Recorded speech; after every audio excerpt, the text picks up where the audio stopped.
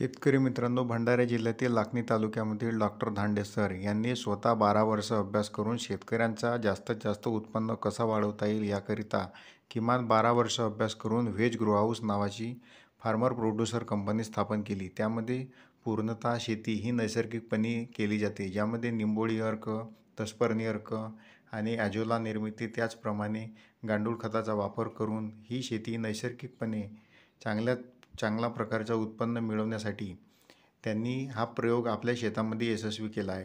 तर मित्रांनो, आता त्यांच्या शेतावर आले असता त्यांनी आपल्याला बऱ्याच प्रकारच्या मार्गदर्शन केले। तर मित्रांनो, कशा प्रकारे ते आता शेती करत आहेत, त्यांचा कशा प्रकारचा अभ्यास आहे आणि त्यांनी ही कंपनी का स्थापन केली, तर मित्रांनो त्या संबंधीची मुलाखत घेण्यासाठी आपण डॉक्टर साहेबांकडे आलेलो आहोत आणि ते आपल्याला परिपूर्ण मार्गदर्शन करणार आहेत। त्यामुळे मित्रांनो, हा व्हिडिओ शेवटपर्यंत पहा आणि जर आवडला तर आपल्या सर्व शेतकरी मित्रांना शेअर करा। नमस्कार, मी डॉक्टर देवेंद्र दयाराम धांडे, संचालक veg grow Bhandara farmers producer company Lakhani.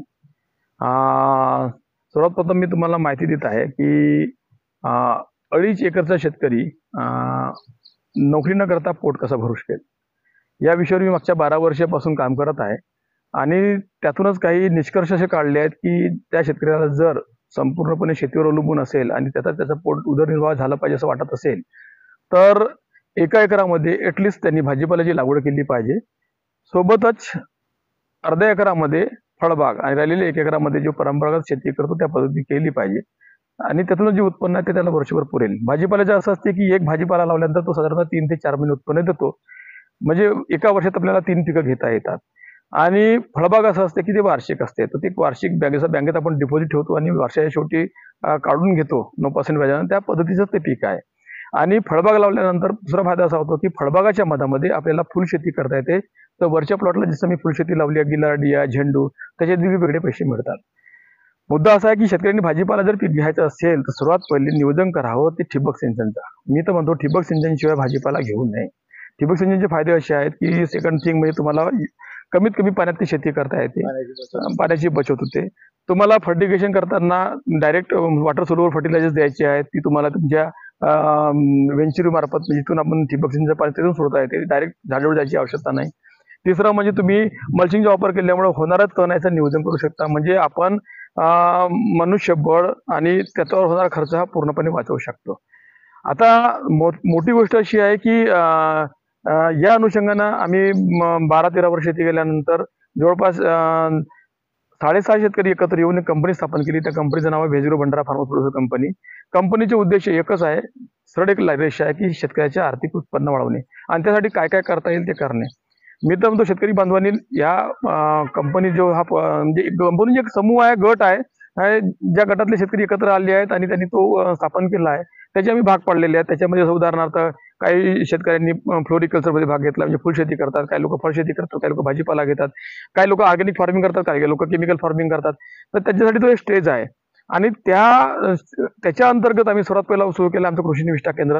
कृषी निविष्ठा केंद्र स्थापन करायचा उद्देश एवढाच होता की शेतकऱ्यांना योग्य क्वालिटीचा, म्हणजे चांगल्या क्वालिटीचं बियाणं, चांगल्या क्वालिटीचे खते, योग्य कीटकनाशके माफक दरात, म्हणजे उदाहरणार्थ जर आमची कंपनीने एखादी वस्तू 100 रुपयात घेतली असेल तर आम्ही फक्त 20 रुपये जास्त 120 रुपयात शेतकऱ्याला देतो। 20 रुपयासाठी देतो की त्या 20 रुपयामध्ये आम्हाला आमच्या कर्मचाऱ्यांचं पेमेंट करायचं आहे, तिथं एक सीओची अपॉइंटमेंट आहे, अकाउंटंटची अपॉइंटमेंट आणि रूमचा किराया, एवढ्या माफक दरात।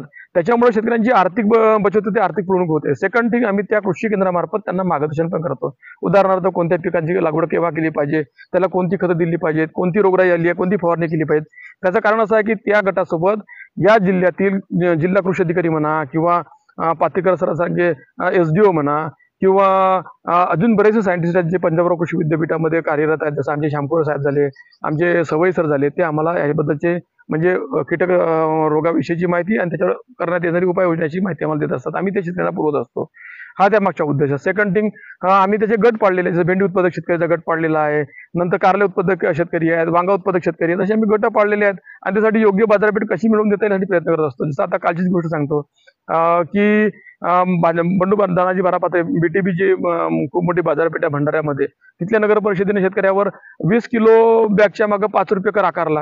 हे एक प्रकारचा म्हणजे शेतकऱ्यावर अन्याय आहे, अन्याय आहे। त्यासाठी आमच्या कंपनीचे आम्ही संचालक लोक आहोत, आमचे अशोक भाऊ चोले आहेत, राजेशजी गादिने आहेत, अर्चना डेंगे मॅडम आहेत, मी स्वतः आम्ही 4 लोक आणि शेतकरी घेऊन तिथे गेलो. तिथे नगर परिषदेच्या मुख्याधिकाऱ्यांना भेटलो. त्यांना सांगितलं सीओला की बुवा हा अन्याय आहे, असं नाही झाला पाहिजे. त्यांनी तो त्वरित आदेश टाकून तो त्वरित थांबवला.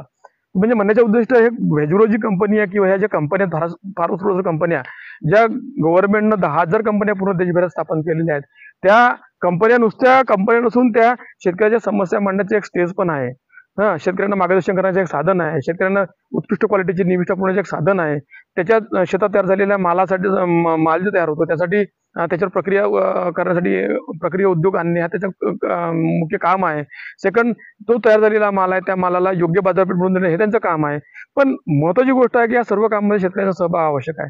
कारण ह्या कंपन्या शेतकऱ्यांच्या आहेत. शेतकऱ्यांनी शेतकऱ्यांसाठी स्थापन केलेल्या कंपन्या आहेत.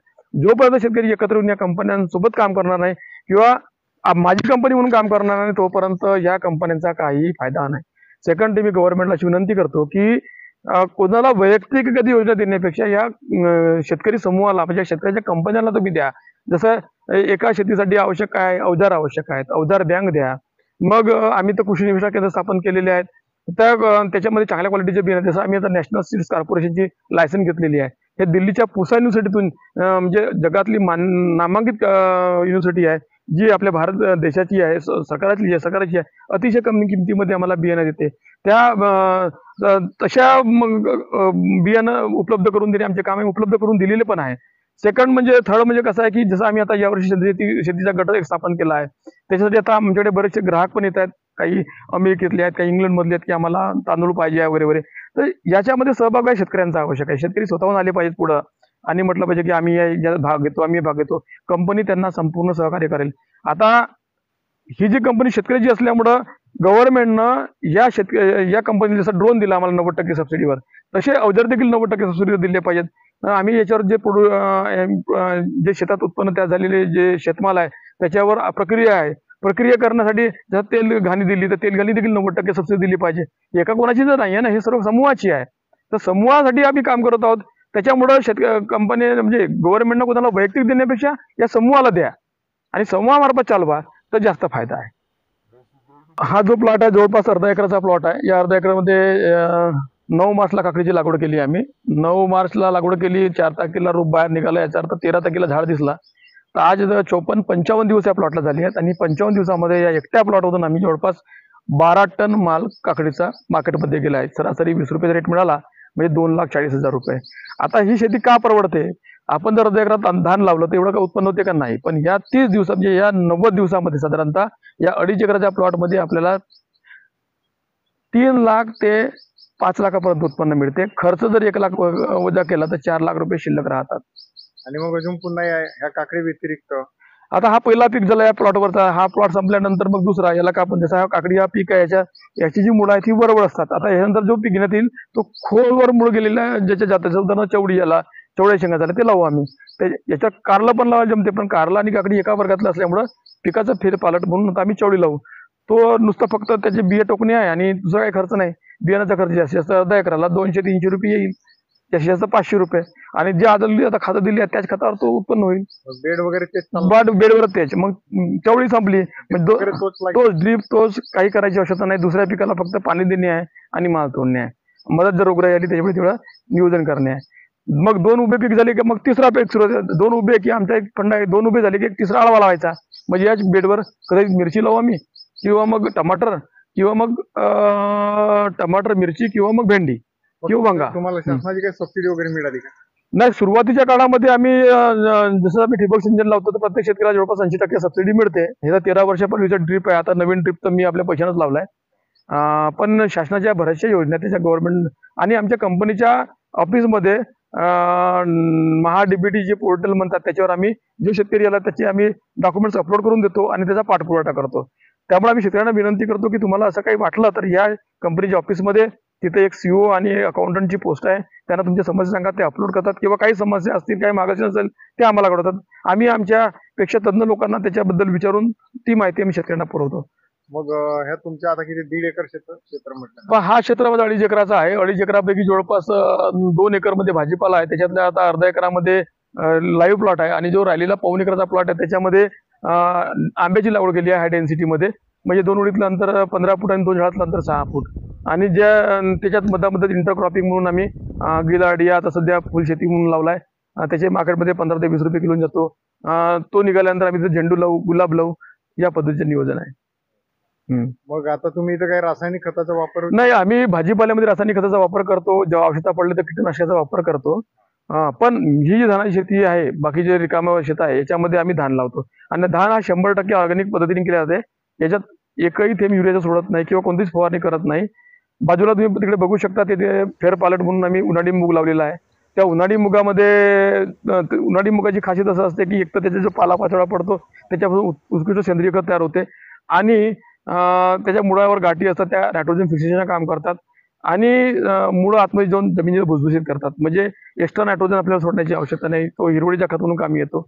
आणि त्याच्या अगोदर आम्ही लावलं होतं चना, त्याच्या अगोदर धानाचं, म्हणजे पावसाळ्यात धान, नंतर चना, नंतर मूग, या पद्धतीने आम्ही पिकाचं नियोजन करून उत्पन्न घेतो. तर तुमचा मुख्य व्यवसाय म्हणजे तुमच्या मी डॉक्टर म्हणून व्यवसाय करतो.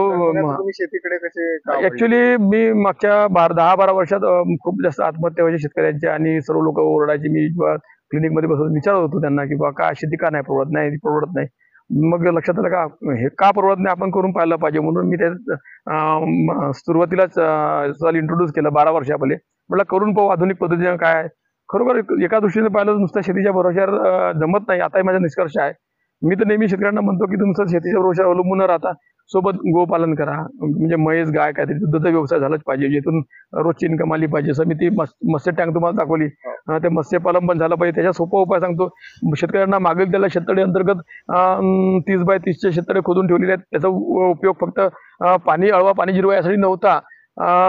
साधा उपाय असा आहे त्याचा की तुम्ही जर जिरा जो आहे 500 रुपयाला मिळतो, जर तुम्ही सोडले आणि बोटुकली साईजची जर मच्छी झाली तर 3 ते 4 महिन्यात तुम्ही तुळशीच्या शेतातून 30 ते 40 हजार उत्पन्न घेऊ शकता. टाकणे काहीच नाही, फक्त शेणखत टाकणे आहे आणि एखाद वेळी कुक्कुस आणि आपली याचं मिक्सर बनवून कुक्कुस प्लस ढेप ते टाकणे आहे. ते त्याचं खाद्य आहे. ते बिना खर्चाची शेती आहे. त्याच्यात जास्त खर्च नाही. तुम्हाला जास्तीत जास्त 1000-1500 रुपये खर्च येतो. 1,500-2,000 रुपये खर्च, 2,000 तुम्ही 28 म्हणजे 3 महिन्यात 90 दिवसामध्ये 30-35 हजार रुपये घेऊ शकता.